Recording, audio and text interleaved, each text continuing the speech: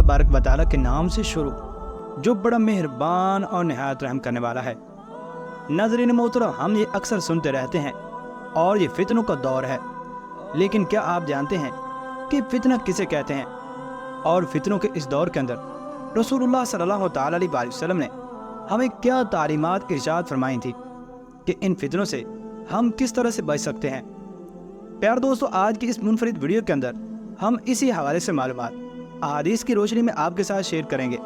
लिहाजा आपसे हमारी गुजारिश है कि आप हमारी इस वीडियो को एंड तक मुलाहिज़ा फरमाइए। नाज़रीन मोहतरम, ये बात याद रखें कि रसूलुल्लाह सल्लल्लाहु तआला अलैहि वसल्लम ने जैसे इबादात, मामलात, अखलाक और हुस्न माशरत से मुतालिक तालीमात दी हैं, इसी तरह से फितनों से भी आगाह फरमाया है। और फितने के ज़माने से मुतालिक भी बहुत सारी रिवायात हैं और हिदायत भी मौजूद हैं। और ये फितने कुर्ब क़यामत में इतने बढ़ जाएंगे जैसे अंधेरी रात की तारीकी होती है। और इन फितनों के मुख्तलिफ असबाब हुआ करते हैं। इसके मुख्तलिफ मफ़हूम जिक्र किए गए हैं। आजमाइश को भी फितना कहते हैं और इम्तिहान, मालो दौलत को भी फितना कहा गया है।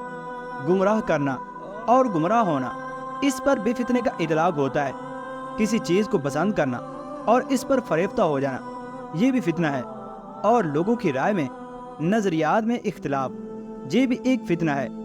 जिस दौर से हम गुजर रहे हैं, इस दौर में तकरीबन ये सारी चीज़ें ही पाई जा रही हैं, इसलिए इसे भी दौर फितन कहा जाता है। ना मालूम कि आइंदा मजीद क्या क्या फितने रूनुमा होंगे।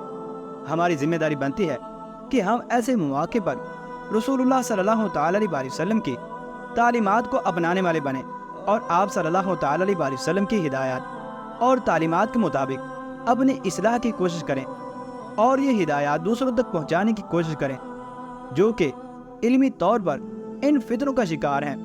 अहादीस की कुतुब में किताबुल फितन एक मुस्तकिल उन्वान है, जिसमें दौर फितन से मुतालिक कसीर रिवायात मौजूद हैं। मिन जुमला इन रिवायात के एक रिवायत हज़रत अब्दुल्लाह बिन उमर रज़ी अल्लाह तआला अन्हु से मनकूल है, जो मुस्तदरक हाकिम, कंजुल उम्माल समेत हदीस की कई कुतुब के अंदर मनकूल है।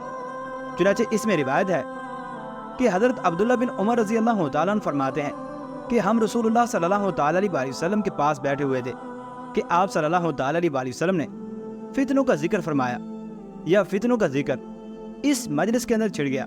तो रसूलुल्लाह सल्लल्लाहु तआला अलैहि वसल्लम ने इरशाद फरमाया, तुम लोगों को इस हाल में देखो कि उनके आपस के मुआहिदात, मामलात में धोखा आम हो जाए और उनमें अमानतदारी की सिफत ख़त्म हो जाए, यानी बददियानती हो जाए, और वो आपस में इख्तिलाफ और टकराव की वजह से गुत्था हो जाएं, यानी लड़ने भिड़ने लग जाएं। आप सल्लल्लाहु तआला अलैहि वसल्लम ने इशारा करके समझाया, एक हाथ की उंगलियां दूसरे हाथ की उंगलियों में दाखिल की, यानी इस तरह से बाहमी फसादात हों। बात यहाँ तक पहुँची तो हज़रत अब्दुल्ला बिन उमर रज़ी अल्लाह तआला अन्हु फरमाते हैं कि मैं खड़ा हो गया और मैंने कहा, ऐ अल्लाह के रसूल सल्लल्लाहु तआला अलैहि वसल्लम, मैं आप पर कुर्बान हो जाऊँ। ये बताइए कि ऐसे ज़माने में मुझे क्या करना चाहिए, मैं किस तर्ज अमल को इख्तियार करूँ। तो रसूलुल्लाह सल्लल्लाहु तआला अलैहि वसल्लम ने 5 जुमले इरशाद फरमाए, यानी कि 5 हिदायत दी। पहली हिदायत ये दी कि अपने घर को लाजिम पकड़ो, यानी तुम अपने आप को फितनों से दूर रखो, गोशा नशीनी इख्तियार करो, बिला ज़रूरत घर से बाहर मत निकलो। देखिए किस कदर आला नसीहत है कि बजाय फजूल घूमने फिरने, इधर उधर जाने के, इत्मीनान से अपने घर में रहो, ताकि अमली तौर पर किसी फितने का शरीक कार ना बनो और अमलन भी फितनों से अपने आप को दूर रखो। ये असल मकसूद है। चुनांचे दूसरी हिदायत ये दी कि अपनी ज़बान को काबू में रखो, यानी मकसद की बात के अलावा दीगर गुफ्तगू मत करो, बेमकसद बातों में हिस्सा मत लो, इसमें शामिल मत हो जाओ, ताकि तुम न कौलन किसी फितने का सबब बनो और न अमली तौर पर किसी फितने का सबब बनो।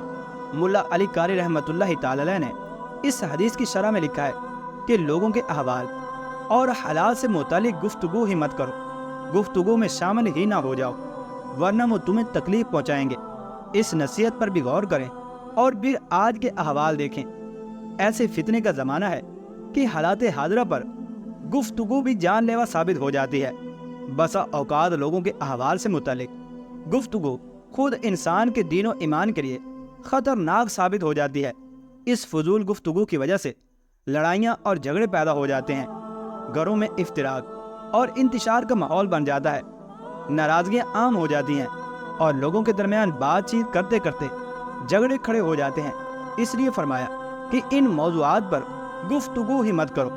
اور تیسری ہدایت یہ ہے کہ موافق شریعت عمل کرو۔ تیسری ہدایت یہ دی گئی کہ جس بات کو شریعت کے موافق پاؤ اس پر عمل کر لو، شریعت کو مقدم رکھو، اپنے جذبات کو اور ماحول کو اور ارد گرد کے احوال کو شریعت کے ترازو پر پرکھو۔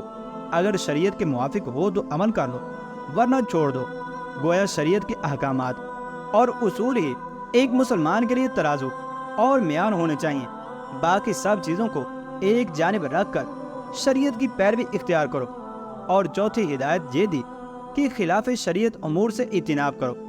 چوتھی ہدایت اور نصیحت یہ فرمائی کہ جو بات خلاف شریعت ہو، منکر ہو، شریعت کے خلاف ہو، اس سے اجتناب کرو، چاہے اس کا تعلق گفتگو سے ہو، کسی طریقہ کار سے ہو، جذبات سے ہو، مگر ہو شریعت کے خلاف تو اس پر عمل مت کرو، اس سے اپنے آپ کو بچاؤ۔ اور پانچویں ہدایت آپ صلی اللہ تعالی علیہ وسلم نے یہ ارشاد فرمائی کہ اپنے اصلاح کی فکر کرو۔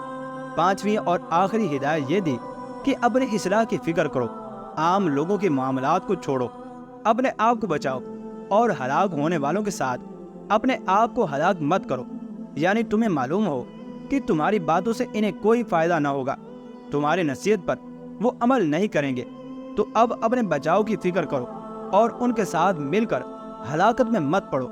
اس لیے اہل علم کا یہ مقولہ ہے کہ کبھی بھی انسان کو شر سے دھوکہ نہیں کھانا چاہیے، اگرچہ شر پر چلنے والے، شر کا ساتھ دینے والے اور شر میں حصہ ڈالنے والے افراد زیادہ ہی کیوں نہ ہوں۔ اور کبھی انسان کو خیر کے راستے سے پیچھے نہیں ہٹنا چاہیے، اگرچہ اس راستے پر چلنے والے کم ہی لوگ کیوں نہ ہوں۔ یعنی اپنی پوری توجہ اپنی ذات پر رکھو، اپنی فکر کرو اور ان آپس میں لڑنے بڑھنے والوں سے اور ان کے امور سے تعرض مت کرو۔ یعنی ایسے لوگوں سے واسطہ بڑھ جائے جو آدمیت کے جوہر ہی سے محروم ہیں، اور ان لوگوں میں نیکی اور حق کو قبول کرنے کی صلاحیت ہی نہ ہو، تو ایسے لوگوں سے صرف نظر کر کے اپنی فکر کرو۔ رسول اللہ صلی اللہ تعالی علیہ وسلم کے ان ارشادات اور قیمتی نصائح سے زیادہ بہتر میری اور آپ کی رہنمائی فتنوں کے زمانے میں کون کر سکتا ہے؟ ایک ایک نصیحت کو پڑھنے اور ٹھنڈے دل سے اس پر غور و فکر کرنے سے یوں معلوم ہوتا ہے گویا آج کے حالات رسول اللہ صلی اللہ تعالی علیہ وسلم کی نگاہوں کے سامنے تھے۔ آپ صلی اللہ تعالی علیہ وسلم کی دور رس نگاہیں اس ماحول کو اور برپا ہونے والے فتنوں کو دیکھ رہی تھی۔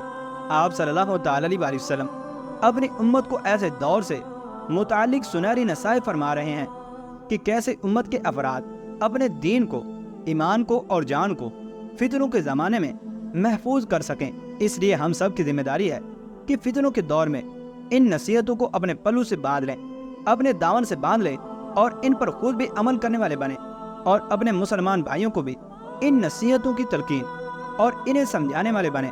اللہ تبارک و تعالی ہمیں ان نصیحتوں پر عمل کرنے کی توفیق عطا فرمائے، اور اللہ تبارک و تعالی ہمیں فتنوں کے شر سے محفوظ رکھے، کیونکہ یہ آج کل فتنے بہت زیادہ بڑھ چکے ہیں، جیسا کہ بخاری شریف کی حدیث کے اندر بھی رسول اللہ صلی اللہ تعالی علیہ وسلم نے پہلے ہی بتا دیا تھا۔ چنانچہ حضرت اسامہ بن زید رضی اللہ تعالی عنہ سے روایت ہے کہ رسول اللہ صلی اللہ تعالی علیہ وسلم مدینہ کے ٹیلوں میں سے ایک ٹیلے پر چڑھے اور فرمایا، اس وقت جو کچھ میں دیکھ رہا ہوں کیا تم بھی اسے دیکھ رہے ہو؟ تو صحابہ کرام علیہم رضوان نے عرض کیا، نہیں اے اللہ کے رسول صلی اللہ تعالی علیہ وسلم، ہم نہیں دیکھ پا رہے۔ تو آپ صلی اللہ تعالی علیہ وسلم نے ارشاد فرمایا کہ میں فتنوں کو دیکھ رہا ہوں کہ وہ بارش کے قطروں کی طرح تمہارے گھروں میں داخل ہو رہے ہیں۔